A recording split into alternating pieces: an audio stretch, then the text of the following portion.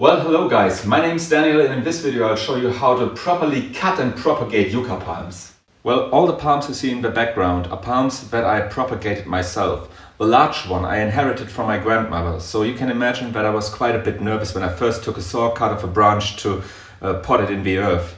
Of course, everything went well. To be honest, this one I didn't cut off a big mother tree behind me. I took it from the office. It was a little bit neglected and people fed it with coffee and energy drinks. I work in IT. So if I can do it, you can do it too. Or to speak in your terms, yes we can make palms great again. You see, I'm German, I'm not allowed to make fun of other nations' politics. We need a little bit of material for what we are going to do now. And you find a link to every product you need below in the video description or in the first comment. It's an affiliate link, of course, because I have wife and children to feed. No, I don't. The first thing we need, of course, is something to cut off a branch. I use a saw for that, but you can also use some sharp knife or something like that, which won't harm the branch too much and gets a clean cut. The next thing we need is some potting earth. Who would have thought of that? Well, now it gets specific. The next thing we need is some fluid for wound closure on the branch we just cut off, because otherwise it will dry out or it will rot away. We don't want it to rot away, so better buy this stuff. Strong advice, better use it with rubber gloves, because otherwise you can't get it off your hands. Very important also, the thing I forgot to mention, we need a bucket. We fill up the bucket with water to the half. Well done.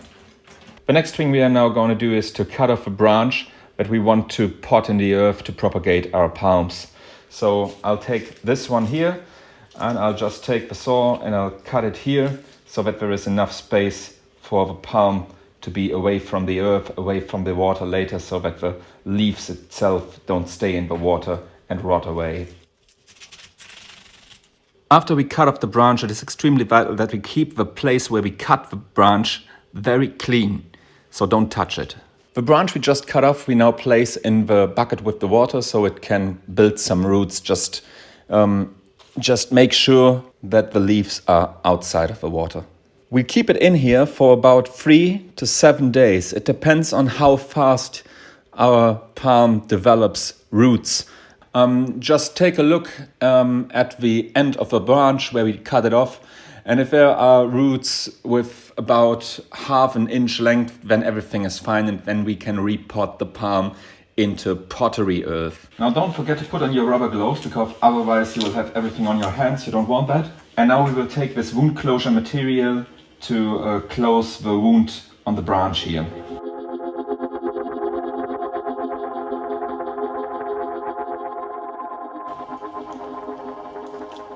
And this stuff closes the wound, it dries and closes the wound. And now from here, below the wound closure material, the palm will build new branches and new leaves within the next months.